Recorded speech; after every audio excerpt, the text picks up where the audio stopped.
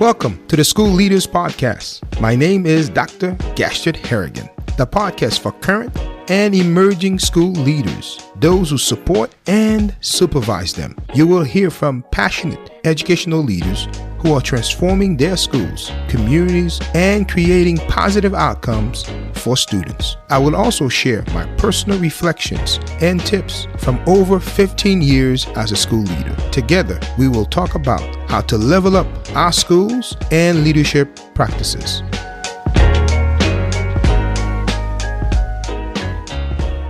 Today, I have one of my mentors on, I like to say the great Dr. William Valmyr, longtime friend, over 25 years, and mentor. So I'm honored to have you on the podcast. So to get started, just tell our listeners a little bit about yourself.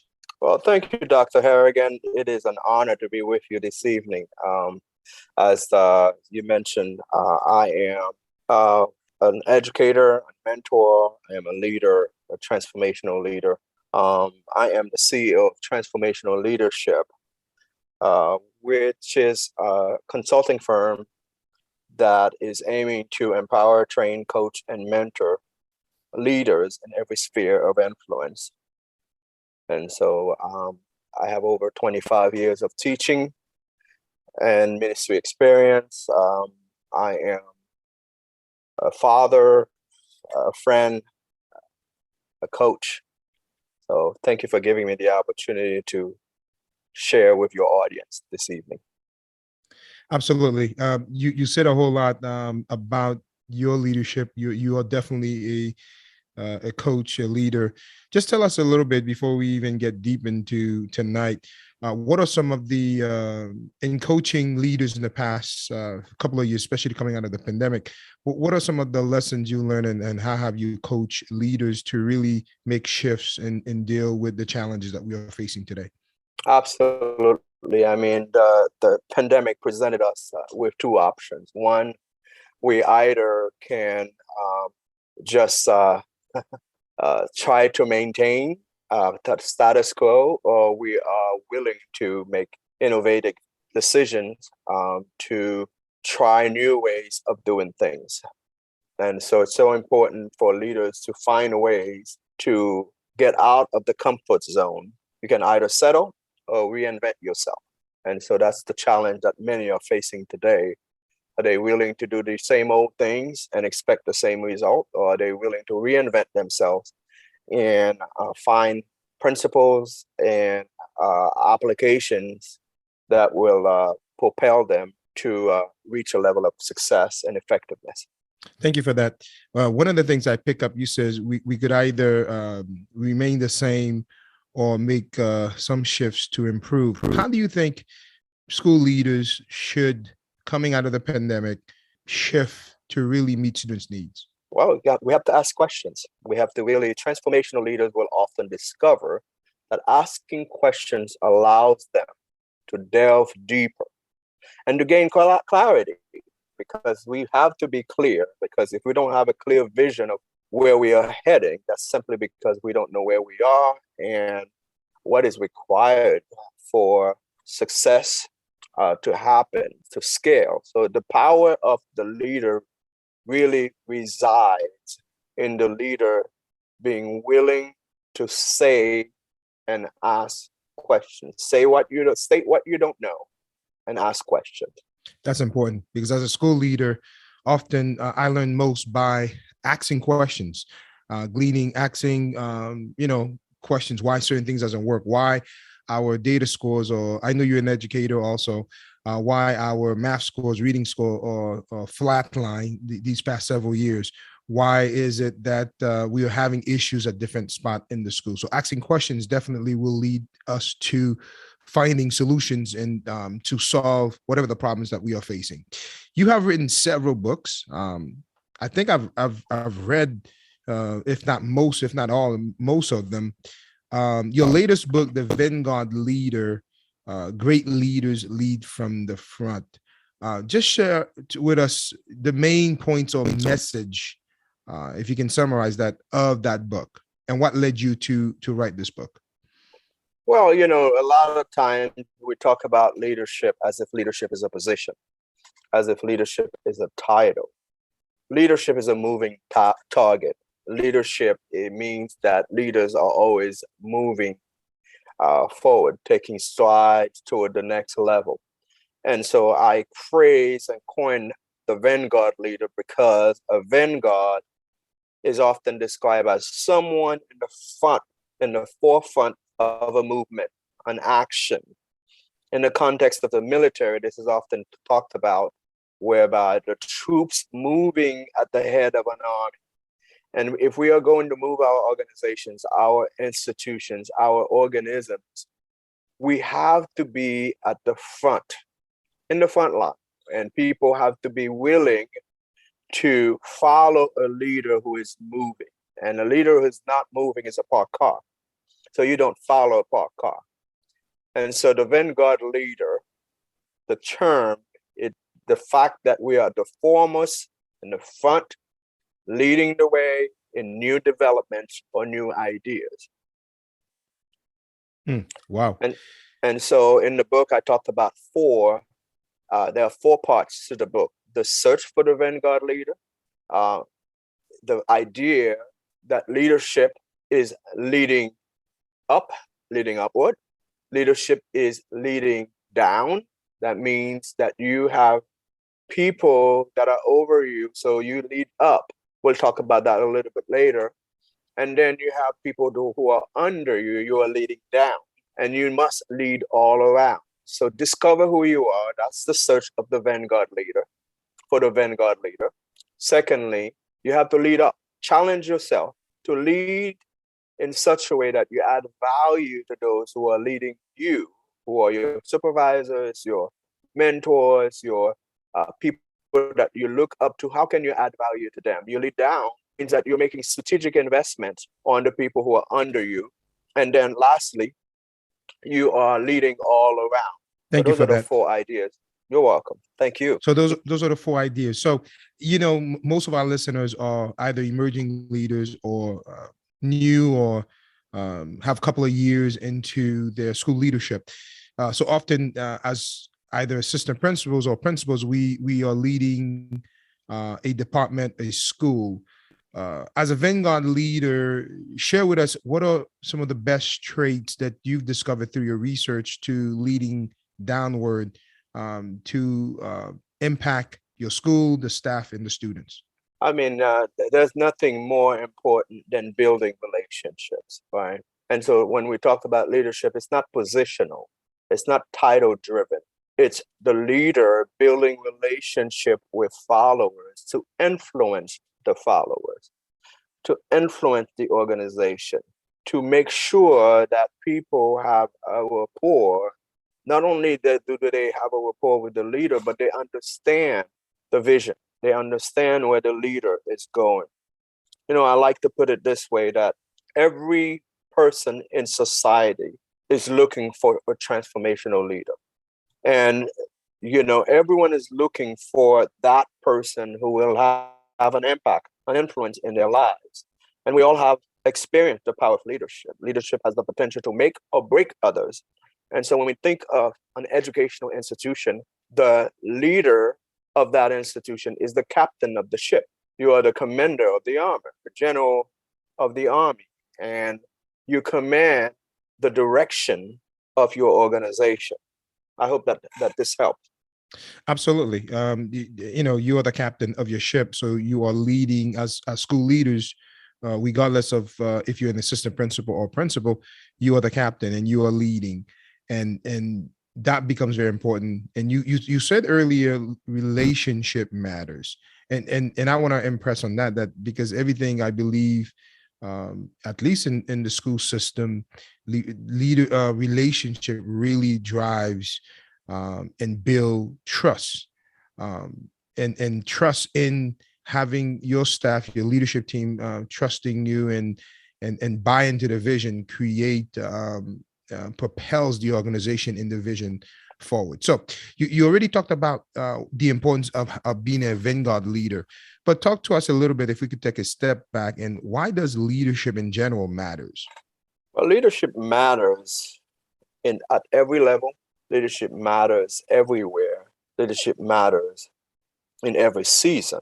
And so I like to put it this way, because I'm convinced that leadership matters in 4 key areas of a person's life. In his or her life, it matters in their personal life. And of course, that affects their relationship. It matters in their moral life, how they relate to people and the actions that they take. And that sometimes, and most of the times, have some kind of spiritual foundation to it. It matters when it comes to their profession, their professional life. And then it matters in other areas that may not be cited. So leadership matters in your relationship, in your personal life, in your moral life, and in your professional life. And in order for people to act accordingly, people will only act in congruence with their personal values or what they deemed to be important. So as a leader, there are some key values that I carry with me through my leadership. There are key values that I really personify, that I embody, that I demonstrate and model. And so as a leader, whatever I do matters, really, because I am an example, whether I like it or not. That is so true. Whether you like it or not, as a assistant principal, as a principal, you are the leader, and your behaviors and your actions and your values speaks often, I would say, louder than words. As we were saying earlier, these past 2 to maybe 3 years, coming out of the pandemic, the polarization of our schools, and now inflation has been some of the most difficult, challenging times for school leaders. In your opinion, and based on your research, how can leaders, in particular school leaders and principals, lead from the front coming out of this pandemic? Habits, habits, habits, habits. What are some of the things that someone can see consistently? As far as it's one thing to say something, it's another to demonstrate it and live it out. One of the best book that I ever read is the Atomic Habits by James Clear. And it talks about the subtitle. The subtitle states the following: an easy and proven way to build good habits and break bad ones. So what leaders oftentimes, they don't discover their weaknesses. They don't discover they often try to operate in their strength and neglect their weaknesses. So one of the best ways to help people post-pandemic is to not only know your weaknesses and know your strength and leverage them consistently. Leverage them consistently, because tiny changes, as James Clear stated in the book, will create and develop and will result in remarkable things and achievement. It might not be a major change at your school or location. It might be a tiny change that brings the morale up, changes culture, and help people to become more productive. And you build your team and make a team stronger, your team stronger. And so habits are some of the things that we need to really pay attention to as leaders. If we're going to do well, not only should we have a strategic plan, not only should we have a vision, not only do we have to be missional, but we have to create habits, healthy habits. Wow. You said a lot there. Habits, culture, small changes can have a huge impact. And in fact, I want to unpack that a little bit, because I often say that culture eats strategies for breakfast. So the culture of your school, the culture of your department, or even the culture in your classroom, if you're an emerging leader, will have a significant impact on your teaching strategies. So talk to us in terms of, yes, the leader need to identify his or her habits as a school leader or emerging leader. And as it relates to culture, make the minor changes that they need to shift. So how does a leader go about identifying and working on those few minute changes or small changes around culture that can impact their school or department? Yeah, I mean, there's also a need to define the values, right, of the the school, the team, the values of the organization, the institution, because the values will define and promote well-being, and it will also, the values, they will also prevent harm from happening, because they are guidelines. Values are guidelines for our success, because our paradigm about what is acceptable in your organization. Remember, we're talking values, cultures, vision, mission, and change. Change doesn't happen, it takes time. And so as we demonstrate or allow the followers, people in the organization, to discover the values and learn the values, we can actually change their attitude and we can change their way of doing things. That's key. Values is critical. Knowing your values and communicating those values becomes very important. And oftentimes, I tell leaders that we also must learn to model those values, because oftentimes we want certain things. We want a certain culture. We want a certain. We value something, but we don't model it. We don't. We do not showcase it, so that way people have a point of reference to go by. So I think it's very important that leaders model the behaviors, model the actions, the values that they see. I also think it's also important that leaders really share, communicate the values that they hold. And I think it's also important that one of the things I've done in my school is really as a department, or as a school, as a staff, have us talk about our values, so that way as a school we could develop core values that we all buy into and invest in. So you also, in your book, which really caught my attention, you have a huge, actually, if I'm not mistaken, a whole chapter on developing a strong personal growth plan. What is a personal growth plan, and how can it benefit a school leader? Yeah, I mean, a personal growth plan is a strategic plan that includes your personal growth and your professional growth. And by that, this is a plan to challenge you to grow. And, you really have to have specific areas that you want to grow in. One of them is your character. Your personal growth plan must include character growth. The other is, how do you leverage your weaknesses? In other words, a lot of people don't take the time to realize what their weaknesses are and how can they grow in that area of weakness if you don't know what it is.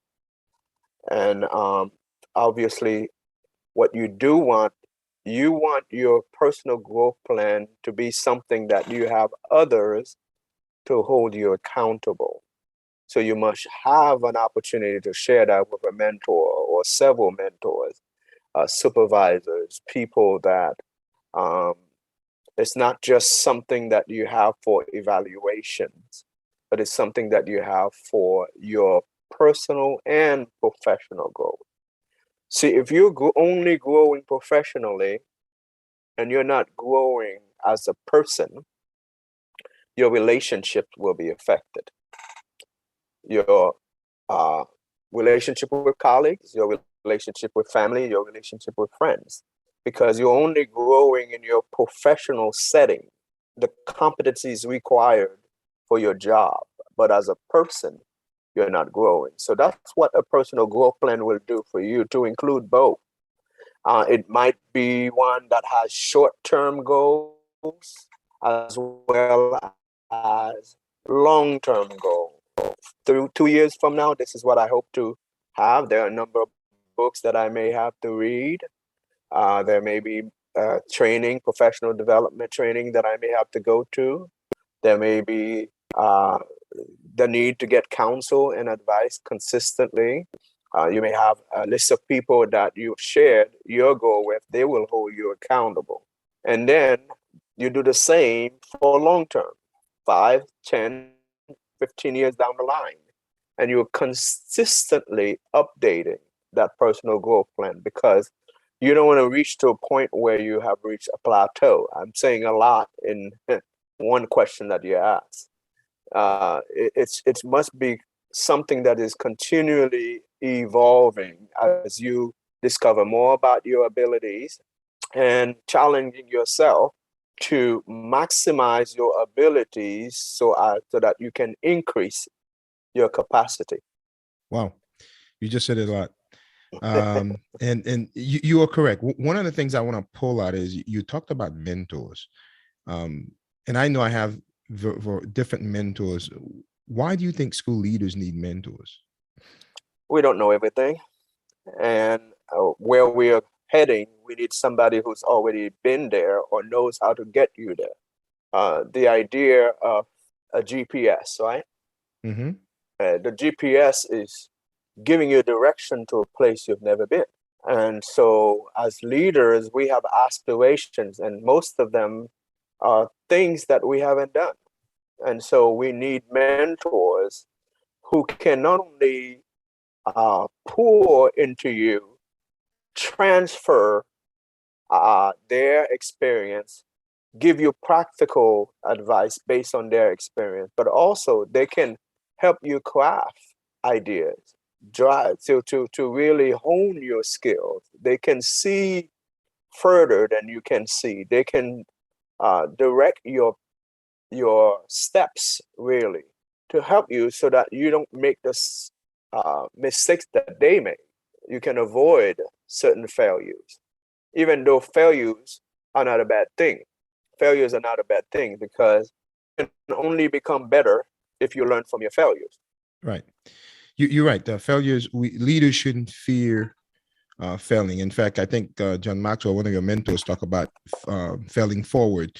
And that is true. As leaders, we should embrace growth, and we should embrace learning and trying different things. And having a mentor can really, we can leverage a mentor's experience, wisdom, and insight to really propel our own growth and our own leadership, to really lead our schools to the next level, to reach ultimately student achievement, because at the end of the day, it is all about the kids. Earlier, I don't mean to cut you off, but go ahead. I often call that relational or relationship currency.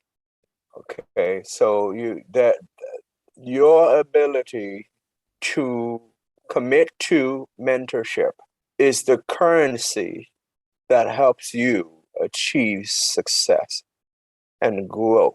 So that's why in my book, I talked about failure, right? And I said that all failures provide teachable moments. And then I said some failures are unavoidable because it's part of the journey. And lastly, I said many failures are avoidable. And a mentor help you navigate in your journey, help you deal with failure with the right attitude, the right perspective, and understand what it takes to grow to the next level you want to get into. Wow. I agree with you, because I where I'm at today is because of mentors like yourself, and mentors and various other mentors that have helped me grow or helped me see blind spots, areas that I need to grow or scale in to really be more effective. And often leaders, we think we see everything, but we do not see our own blind spots. And having a mentor can significantly reduce or improve the way we lead, and help us to really, at the end of the day, improve student achievement and improve in our own leadership practices. Earlier, you alluded to that a leader is important to manage up. I think in the book you call it upscale leadership. Talk to us about how, as a school leader, we should upscale our leadership. Absolutely. I mean, upscale leadership is very important for several reasons, right? Leading upward that's the other term that is used to explain upscale leadership. It is influencing your boss or another person of power to get a mutually beneficial result. What does that mean? A lot of people are self-centered. They want to succeed, but yet they don't want others to succeed. So when you lead upward, upscale leadership is taking a walk in your boss's shoes, your boss's shoes. Learn from them. Build the relationship that really going to help you elevate your games, your skills, your hone your skill. And even if it was Dana who was Manier who put it this way, even if your boss has some serious shortcomings, it's in your best interest and it's your responsibility to make the relationship work. It's your responsibility to help your boss succeed. And then ask yourself certain questions. What's in it for your boss, not for you? What's in it for him or for her? Because you ultimately want to add value to them.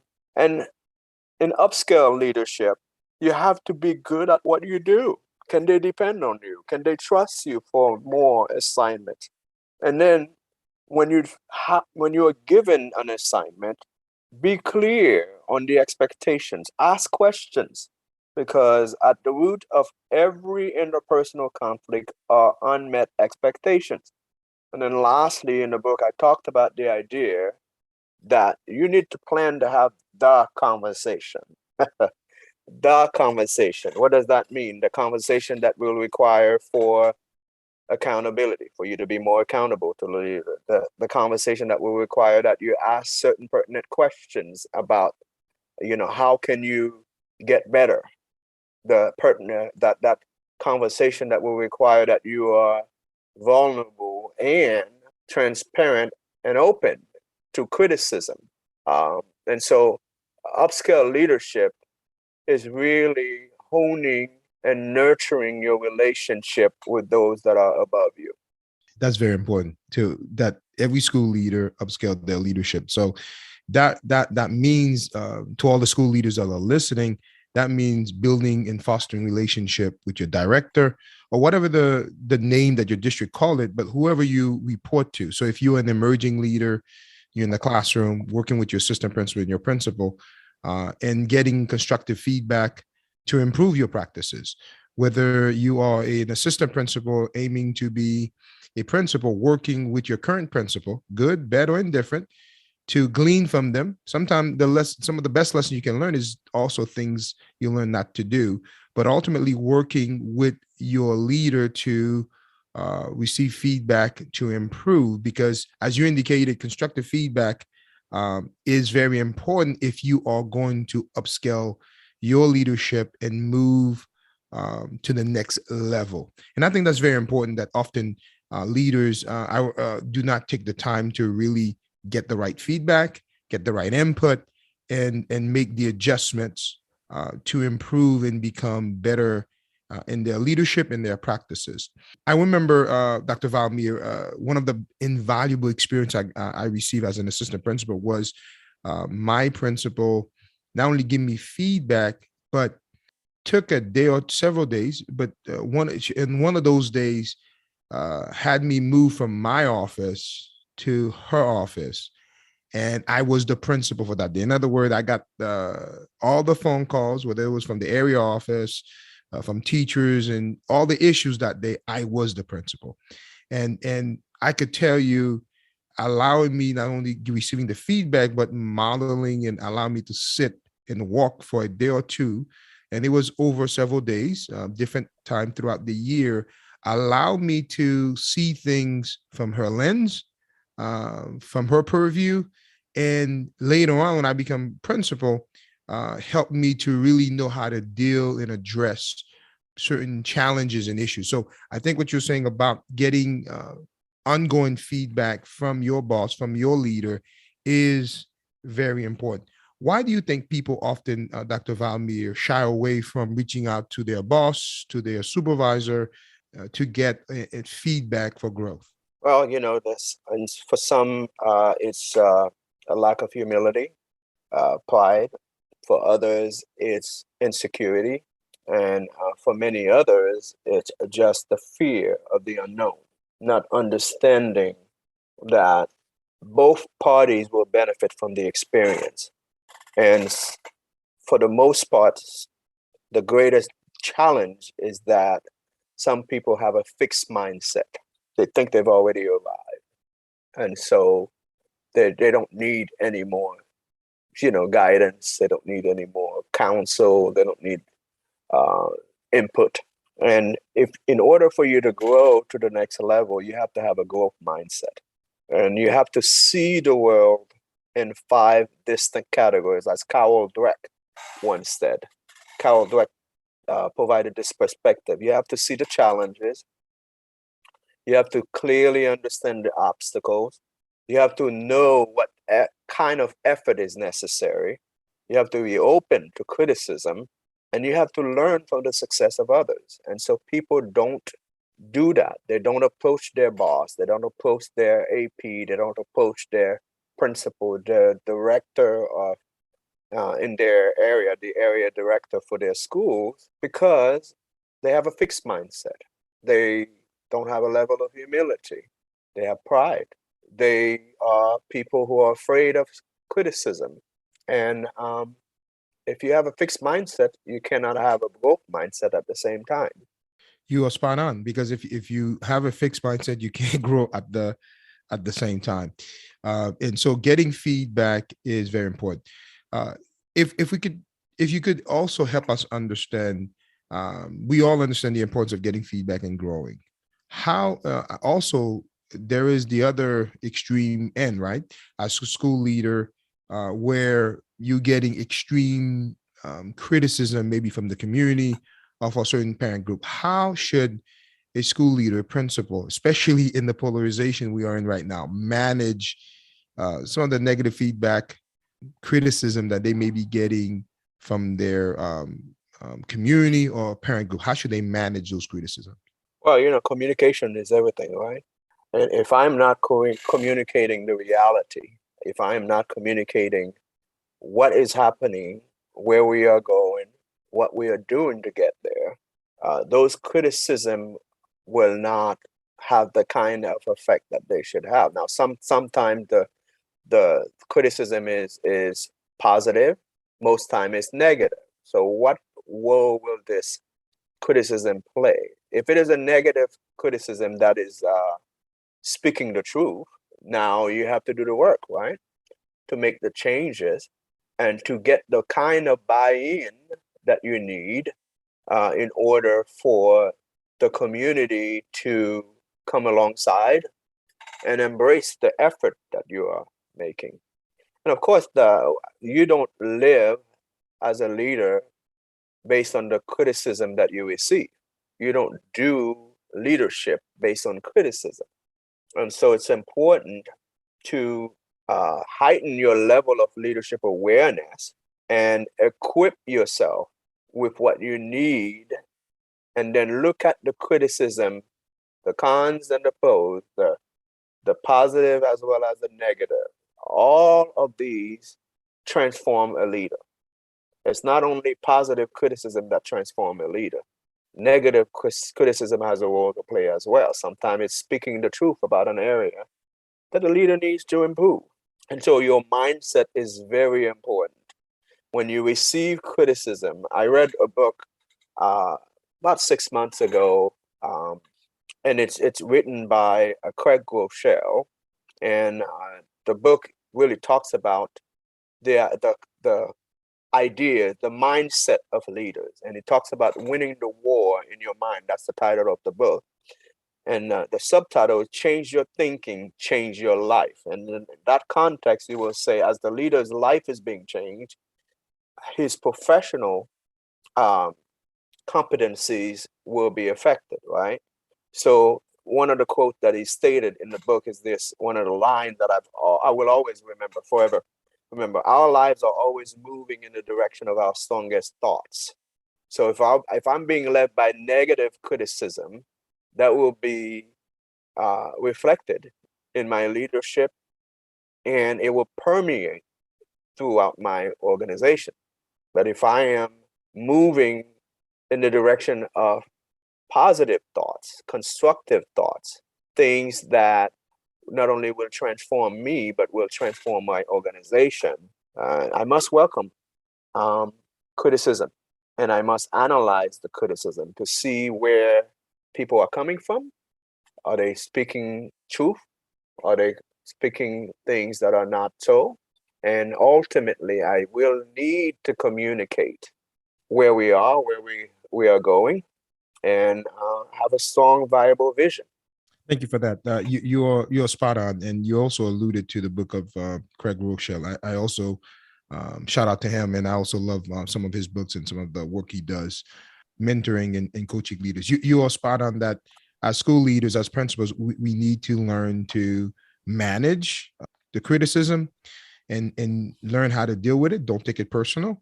Learn from it. If it's truthful, evaluate it, and grow from it. But ultimately, being a leader, you are going to face criticism. So that's something that all leaders, especially school leaders, need to be able to manage and manage well.